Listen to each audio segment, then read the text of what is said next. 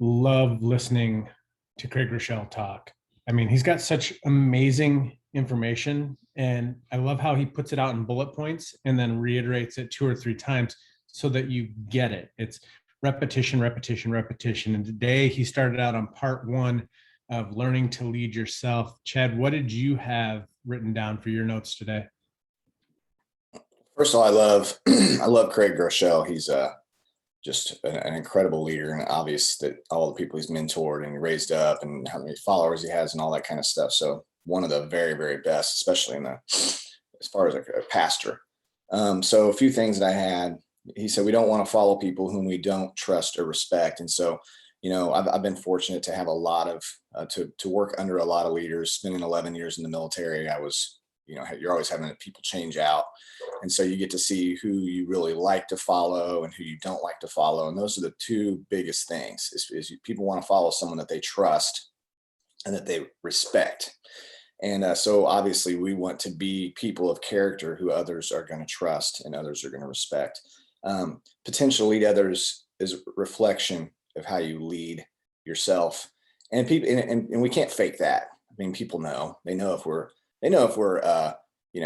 being disciplined in the kitchen. They know if we're working out. They know if our, if we're successful, if we're consistent. They know if we are going to show up when we say we're going to show up. It doesn't take long. You can't fake leadership. So then you start going to the three things, two of which you went into today: the develop your leadership identity, which is important. And a lot of these things, you just have to spend time and consider what your leadership identity is. And so we start with the who, the leadership identity, and that anything we do, we kind of feel like a pretender in the beginning, because we're new. I mean, the day that every person here joined It Works, you're like, what did I get myself into? No, it's pretty much the same for everybody. And then you think about, oh, now I've got to do this. It's brand new skills. So you feel like a pretender because you are new and you have to learn. You're a baby in that area. You're a first grader when you join. So, and it's not just something that you do, the leadership isn't, it's who you are. And I liked how you talked about it's a mindset, that leaders stand taller, think higher, care deeper. You said stand taller, take responsibility. The buck stops with you. I'm here in Texas at some friend's house, and there was a situation yesterday where they were just trying to decide they have a son who's incredible at baseball, and all these coaches want him. And they went with the one team, and another guy reached out and like, why didn't you go with our team? And it's because he had dropped the ball. But instead of apologizing, he was just, making up excuses and not taking responsibility. To me, that's one of the quickest signs. You call someone out on something that is wrong, and they don't take ownership. That person, to me, is they're immediately just a weak leader because they're placing blame instead of taking responsibility. And I want to follow people who are going to take responsibility for if they make a mistake, right? Have humility. Leaders are humble. Leaders have humility. So he said, think higher. When you think higher, sometimes you got to get out of your current situations. I always think of the eagle versus the chicken. The chicken's looking at the ground, pecking the ground, right? And their whole world is that little tiny space. But an eagle gets up and they see the big picture. They see the chicken in that little tiny space, but they see everything. And so when people say only work in your business, you got to work on your business. That's sometimes you got to step out and look at the 30,000 foot view and say, okay, what's going well, what's not going well. Let me implement some changes so that we can grow out beyond and become more like the eagle that's soaring and working. Not just in the business, but out of the business. That's when we talk about systems, when we talk about things that will make room to grow. I know a lot of people that I've witnessed over the last 9 years, specifically in this business, they'll work so much in the business where they become the bottleneck. And actually, as their team grows, they get busier and busier and more stressed. And that's not why this model was created. This model was created so that you can help people and you can grow people and you can release the power to other people, so that as your team's growing, what you do doesn't grow. What you have to do every day, it doesn't become more and more and more, because you have systems in place and you have leadership type things built in. And so that's why it's funny, because I know people are probably like, I don't want to reach out to you, Joel. You must be so busy. And Joel's like, yeah, I've got 47 million people on our team and like 3 reach out to me per day. Because most of it is thinking, oh, you're so busy, you don't have time for me. And then he has time to reach out, talk to me, who's not even in his organization, because the way he's built it and the way Stephanie and Joel built it is they've built it so they don't have to be in there, because they've developed people and they've empowered thousands of people. And that's how you want to do it. And then the care deeper. And I love this. I heard one time that when you're doing what you love, when you're spending time each day within your passion and your calling, it's not like a job. See, and I remember how that felt. I remember how when I'd go to work on Monday, I just couldn't wait to get off. I couldn't wait to be done with the job so I could start something else. So I could start my hobby, or I could start my ministry. Well, when you're a leader and you're a leader within whatever you're doing, you really don't ever turn it off. It's just part of your DNA. Like, you're thinking about it in the morning, you're thinking about it at night. It all gets intermingled. It's like your job is your calling, and it is your ministry, and it is your hobby, and it is all your things, which I believe is why I don't believe anybody should be miserable on a Monday. I was looking last night, and the rate of heart attacks is 11% higher on Mondays than any other day of the week, because so many people are dreading. Um, they're dreading showing up to work. So leaders stand taller, think higher, care deeper. So then you talk about define your leadership initiatives, and the fact that we all have room to grow. Like, I should be sitting here right now with my construction hat on, and so should Joel, just as a visual to remind everybody that we're not there yet. We're still under construction. And then he said, what specific trait? And this is huge, because if we're really going to grow, it's one thing to say, I want to grow, I'm going to grow. But then you have to define where, what are you going to attack next? One thing I love about God is that he's always working on us, but he doesn't come to you and say, hey, you have 97 things that need changed. That'd be a little overwhelming, right? He comes and it's like he takes one of those mirrors where you can see the dots within the pimple, and those mirrors that zoom in, and it's like, okay, let's zoom in on this one little area that needs to be changed. And so then he said, you'll never be able to lead yourself as long as you lie to yourself. You can't develop a skill you don't define. So he mentioned things like discipline, um, emotions, and consistency, getting organized, procrastinating, comparison, controlling. So he gave us some examples of some things that we can fix. And then he talked about things he's done, which I love. I love this insight. One of the greatest values we get about listening to leaders and being around leaders is the back, not just, it's like the backstory. It's hearing how they got there. The roadmap, like he's passing out the roadmap, saying, initiating over responding. There's gold in that. Stopping, interrupting, listening, and honoring, because that's what honor is. It's listening. If you interrupt someone, basically you're dishonoring them, and people don't want to follow that, right? Leading with questions, even if you think you already know the answer. Or he said, have a hunch. And so I love that. And then at the end, I'll just say, who are you? Defining who you are, and speaking not just where you are, but who you are, like where you're headed to, and defining that will be huge. Like, a couple of words that I wrote down here was just, I'm a mentor, encourager, builder of people, and defender of truth. And so when you know who you are, then you'll start to learn and move in that direction. So love Craig Groeschel. Joel, I'd heard him speak like years ago at a conference, but I didn't know he was doing podcasts and everything until I was in this and learned from you. And I've gotten so much from him. So thanks for bringing him on again, man. So Chad said 97 problems, and I've got all of them to work on. So I completely understand that feeling. And what he said halfway through, but he should have started with it, was, you will never become a world-class leader by accident. I mean, that was kind of the mic drop statement to open everything. And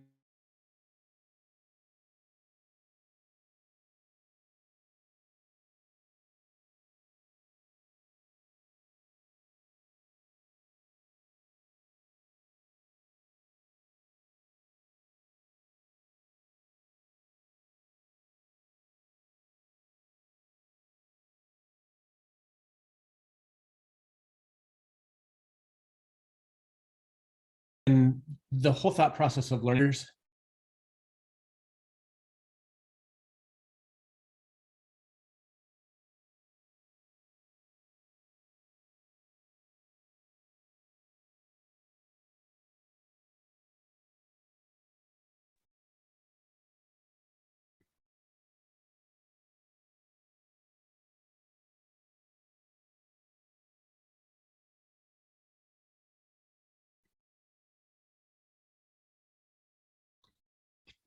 That was weird.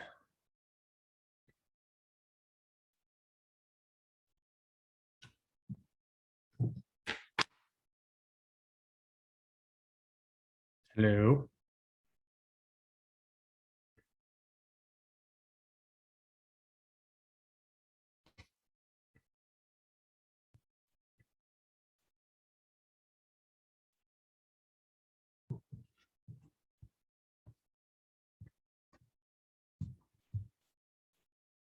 Chad, can you see me now?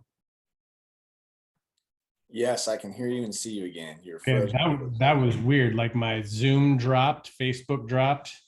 That was new interesting hurdle. All right. So, number one starts with developing your leadership identity. Leadership is not a title or position. Leadership is a mindset. It's not just something you do, it's who you are. So have you sat down and figured out what that is? He said a lot of people just tend to jump into the doing part and not into the who. I thought that was an amazing statement, because most of us just go and start doing the things, and some of us know why we're doing it, but you need to make sure that you're knowing what it is you stand for. Kind of like Chad was saying, you need to have your identity and know what that is. And when you have that foundation, it gives you the ability to build on that. So there's no such thing as a cookie cutter leader. So if you're thinking that you have to be a specific way, or you have to lead a specific way, or you have to follow a certain leadership method, that's not the case. Leadership is different for each person. And here's the most amazing statement ever. And they say this at all over the place on GLS. You hear John Maxwell say it all the time. You have influence. Therefore, you are a leader and you are leading somebody. When you see yourself as a leader, it changes your posture. So you need to develop the mindset of I am a leader. It says you become more confident in how you interact with people. When you see yourself as a leader, you start standing taller, thinking higher, and caring deeper. And when he said standing taller, he said you feel a deep, genuine responsibility for what you're doing and the people that are entrusted to your leadership capability. And what you're doing is you're owning the outcomes of the things that happen. Again, not only does it come to personal responsibility, but now it becomes responsibility for the team. So when you're thinking higher, you're projecting the future. But not only are you projecting the future, not only are you thinking about the future, which is what leaders do. Leaders think about the future, they cast the vision for the future, but also they're working in your business. You are working in your business, not just on your business. So the difference of a manager versus a leader is managers just work on the business. They don't work in the business. They're telling people where to go, what to do. They're not actively pushing things forward. Where if you see a true leader, most leaders don't lead by pulling the team along. They want to get behind them and push them forward. When you care deeper, this is what Craig Groeschel talks about when it comes to leadership pain. And I can't wait to share his whole talk on that because it was mind blowing. But leadership has pain to it. And the reason why is because you care deeper.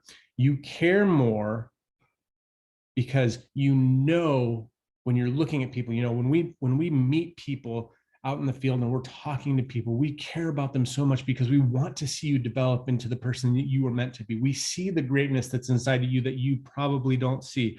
And for us, when you don't tap into that, when we can't get that light switch to turn on for you, it pains us because we see this as a calling. It is our passion to help you become better. That's why we do this, is because we want to make sure that we affect your life in a positive manner. And then he said, leadership is not just something you do, it's who you are. So when it becomes a passion, it becomes something that you do consistently without thinking.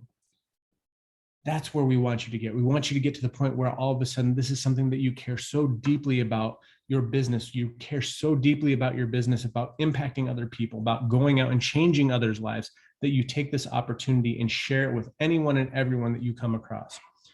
When he's talking about defining your leadership initiative, he goes, at their worst, nobody likes a leader. He said, we as leaders can deceive ourselves when we think we're doing something, but we're actually not. The problem is we can't deceive others. He said, we'll never be able to lead ourselves as long as we are lying to ourselves. That's why he said, make sure that you have a good circle. If your circle of 5 people are just yes men telling you what you need to hear, what you want to hear, you will never grow or outgrow them. So get comfortable being uncomfortable around people who challenge you to get better. So we need to be specific about the things that we want to grow in. And he said, name the specific skill area that you want to grow in over the next few months. He said, don't name 4 or 5 because you won't do it. Pick one. And some of the ones that he pointed out were, being more disciplined, learning how to control your emotions, being consistent, learning how to organize and stay organized. The comparison game, he said, work on not comparing. And this is the one thing that I love that he said you can't lead others if you don't celebrate them. You can't lead others if you don't give them the space to grow in leadership. So comparison is a huge thing because of the fact of everything that we have going on with social media. We all have room to grow in leadership, and you can either not develop or develop your leadership. He also said, be humble and make sure that you're always asking questions. Don't assume that you're the one that's always having the answer. And then the last quote that I have, and this was a huge one, and I said this on a Zoom last night. Repeat to yourself every day, I am a chosen leader who is choosing to lead. You have been chosen to lead, to be different, to be set apart, to go out and change people's lives. But the question is, are you going to choose to go out and do it? My and Chad's hope is that you would make that decision. You would choose today to go out and change somebody's life, to go out and lead somebody in a new direction, to go out and grow your capacity to leadership. Guys, thanks for being on with us today. Can't wait to see you here again next time. We'll see you again soon.